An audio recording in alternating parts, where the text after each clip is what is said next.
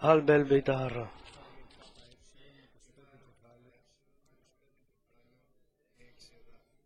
Nous allons lire de l'Ancien Testament, le livre d'Ésaïe, chapitre 25 et verset 6. Donc je répète, nous allons lire du livre d'Ésaïe, chapitre 25 et verset 6. L'Éternel des armées prépare à tous les peuples sur cette montagne un festin de mets succulents, un festin de vin vieux, des mets succulents pleins de moelle, de vin vieux clarifié. Et sur cette montagne, il anéantit le voile qui voile tous les peuples, tout le peuple, la couverture qui couvre toutes les nations. Il anéantit la mort pour toujours.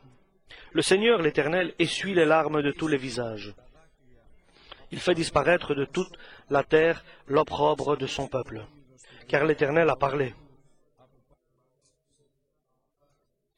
En ce jour-là, l'on dira, « Voici, c'est notre Dieu en qui nous avons confiance, et c'est lui qui nous sauve. C'est l'Éternel en qui nous avons confiance. Soyons dans l'allégresse et réjouissons-nous de son salut, car la main de l'Éternel repose sur cette montagne, et Moab est foulé sur place, comme la paille est foulée dans une mare de fumier. Au milieu de cette mare, il étend ses mains, comme le nageur les étend pour nager. » Amen. La parole de Dieu est inspirée, a été inspirée par les prophètes qui l'ont écrit.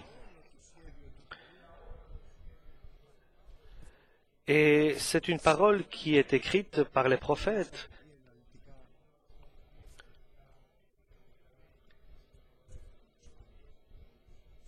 Et par beaucoup de détails, la parole de Dieu nous parle de cette montagne unique qui est écrit que cette montagne, à la fin des temps, sera plus élevée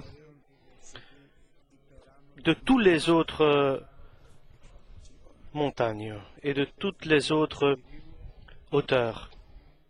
Et cette montagne de Sion sortira la loi, et de Jérusalem, et tous les peuples viendront, se rassembleront et diront, allons pour que nous soyons éduqués, enseignés à la parole de Dieu.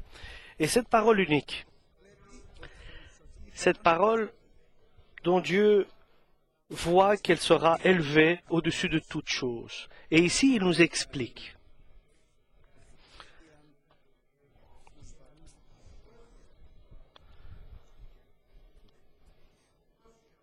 Il fera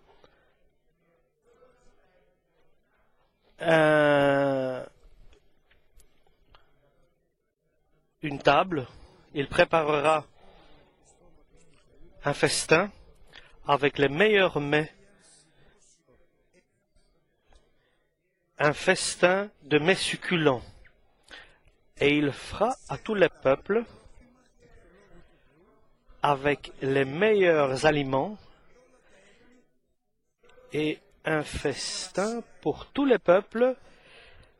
Il va distribuer du vin, le meilleur vin vieux, vieilli donc, clarifié, et des meilleurs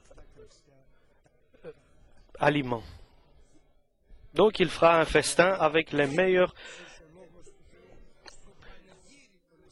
aliments et le meilleur vin qui puisse exister. Et l'Esprit Saint, à ce festin, à tous les peuples,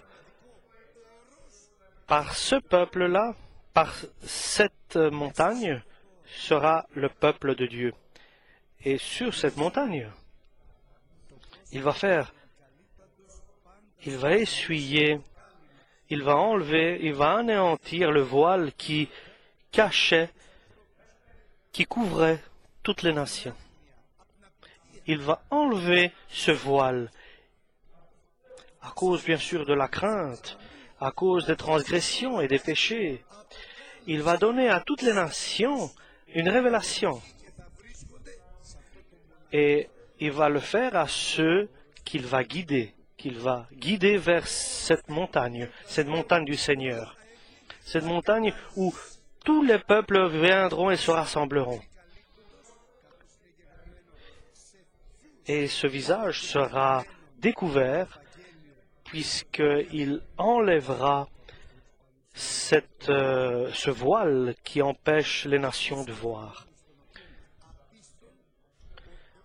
Mais nous savons que ceux qui sont pour la perdition, nous savons que à ces gens-là, le diable a aveuglé leurs yeux pour qu'ils ne puissent pas voir le chemin de la liberté et de la vie.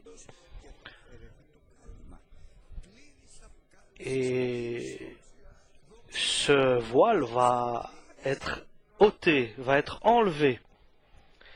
Et les nations pourront voir.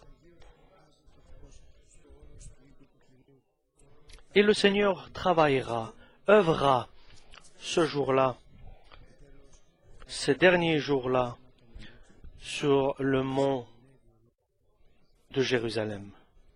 Et la parole de Dieu nous dit, lorsque ce qui est mortel va s'habiller de ce qui est immortel, et ce qui est périssable va s'habiller de ce qui est impérissable, alors nous pourrons dire que la mort a été ensevelie, engloutie. Alors se fera l'enlèvement de l'Église. Dans cette fête spirituelle, dans le peuple de Dieu, où tous les peuples vont se rassembler vers Jérusalem,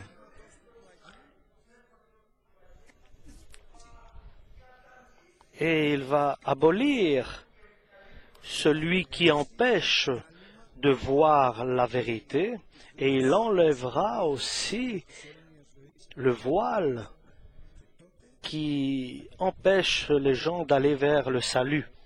Alors la mort sera vaincue, et le Seigneur viendra chercher son Église alors. Et le Seigneur, il va essuyer les larmes de tous les visages, et il va faire disparaître toute l'opprobre et toutes les déceptions de son peuple.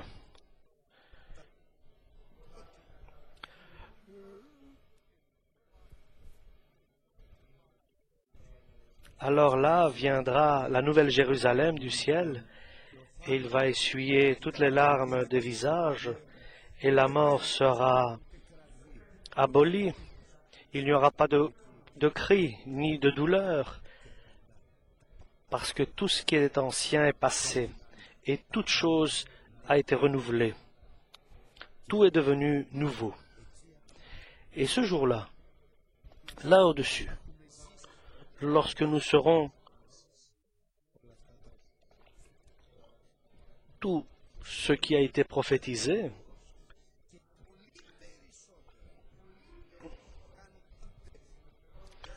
parce que nous savons que Dieu fait beaucoup plus de ce qui est inscrit dans sa parole. Surtout, il fait beaucoup plus de ce que nous pensons ou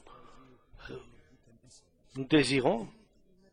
Et c'est cet esprit-là qui agit en nous.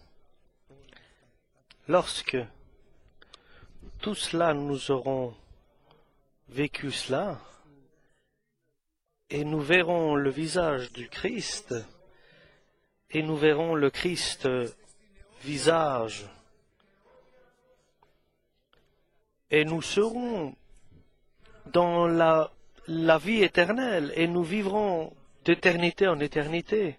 Alors nous dirons, voici, lui est notre Dieu, lequel nous attendions et sur qui nous espérions qu'il nous sauve. Lui, le voilà, Jésus-Christ, lequel nous attendions en espérant qu'il nous sauve et qu'il nous guide vers le salut. Donc le Seigneur nous dit maintenant cela pour que nous puissions savoir ce que nous dirons à cette époque-là.